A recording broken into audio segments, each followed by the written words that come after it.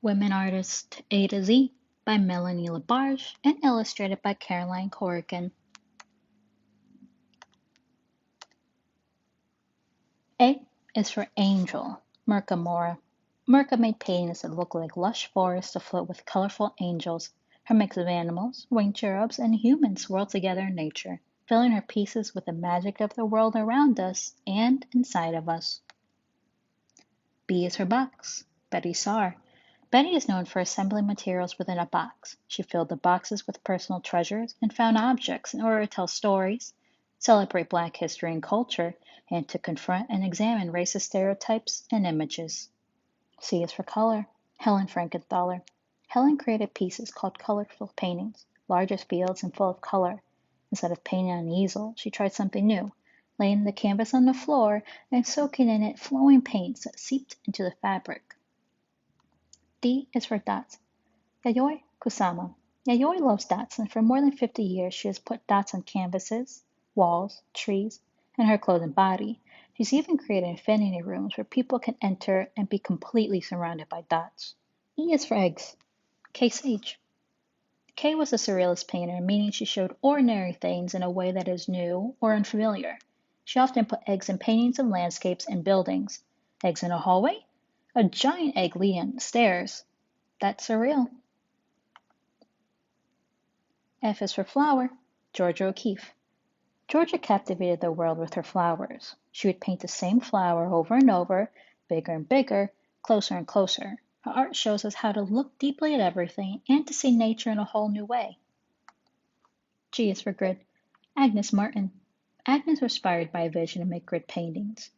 She used rulers to draw rectangles and pencil across the surface of her painted square canvases. Many of her grids are so big that she had to use a ladder to reach them. H is for Horse, Joan Quick to See Smith. Joan's art confronts the mistreatment of indigenous people and land in the United States.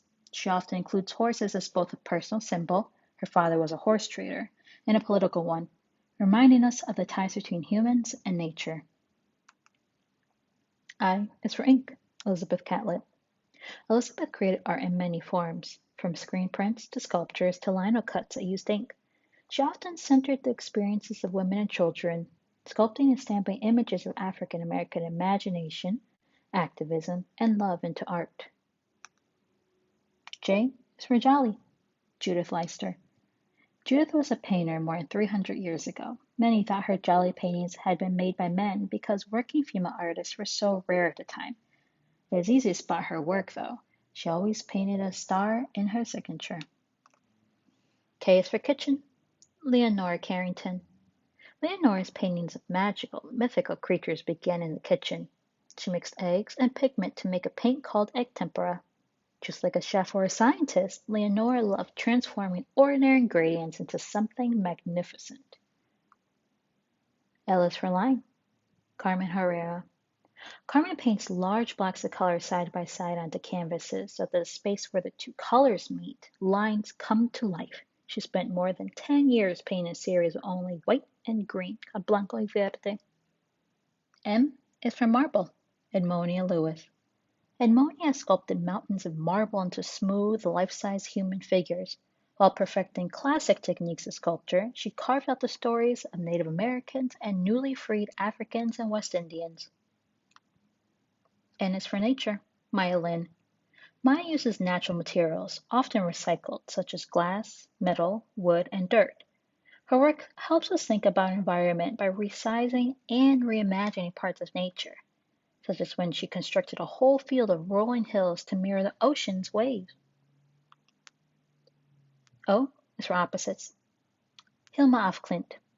Hilma was always trying to paint the unseen, from the tiniest parts of life, like the cells we're made of, to the expansive energy of the universe. Many of her paintings contain the balance of opposites, light and dark, small, large, up and down. P is for Pottery, Maria Martinez. Maria molded coils of clay into both beautifully delicate and strong pieces of pottery. The black on black design was part of her San Ildefonso Pueblo community's tradition, in which shapes and mythical creatures appear in the shiny glaze painted on the darkened clay. Q is for Quilt, Guise Ben. The Geeseman Collective doesn't refer to one artist, but to many generations of African American women in Geese Bend, Alabama. They gather to weave community and geometry into modern art quilts that grace clotheslines and museum walls. R is for roots. Frida Kahlo. Frida made paintings that were small in scale but very large in impact. She created colorful and revolutionary self-portraits filled with an imagery rooted in her Mexican identity and culture and influenced by the indigenous roots of Mexico. S is for spider. Louise Bourgeois. Louise's large metal spider sculptures are lovingly called maman, the French word for mother, in honor of her alma mater, Josephine. Louise spent so many years of her life making spiders, both big and small, that she is often referred to as Spider Woman. T is for technique. Lois Mailou Jones. Lois used a multitude of techniques to make art. She designed vibrant textiles, painted realistic portraits, watercolored cityscapes and landscapes, and collaged abstract paintings with African and Haitian imagery. As a teacher, she also encouraged generations of artists to try their own different approaches. U is for unique. Alice Neal. Alice painted friends, family, and neighbors, capturing each person's unique energy and style. Unlike many artists of her era who focused on abstract work, she chose to create portraits that allowed each individual's personality to come through with her one-of-a-kind style of painting. V is for veil. Helen Zagabe. Helen paints women wearing the abaya, a veiled garment worn by some Muslim women, in much of her work. She even reimagines famous pieces of Western art by including Eastern imagery to create a dialogue between cultures that moves beyond stereotypes. W is for wood. Ursula von RYDINGSVARD. Ursula is a sculptor who has worked with cedar for many years. The pungent smell of wood lingers long after she's done sculpting it. Some of Ursula's imaginative pieces are small enough to hang on walls, while others need a wide outdoor space. X is for exposure. Dorothea Lange. Dorothea was a photographer known for her empathetic portraits. Her photos, or exposures, revealed the effects of poverty and inequality in families across the United States during the Great Depression. Y is for yarn. Zenobia Bailey. Zenobia's yarn-based art weaves together the traditions of African American, Indigenous, and Eastern cultures. Her mandalas are inspiring symbols of joy, art, resilience, and our connections to one another. Z is for zoology. Maria Sylvia Marion.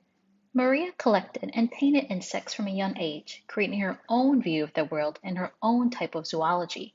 Watching a silkworm's metamorphosis from earth to sky probably helped inspire her own transformation from artist to scientist. The end.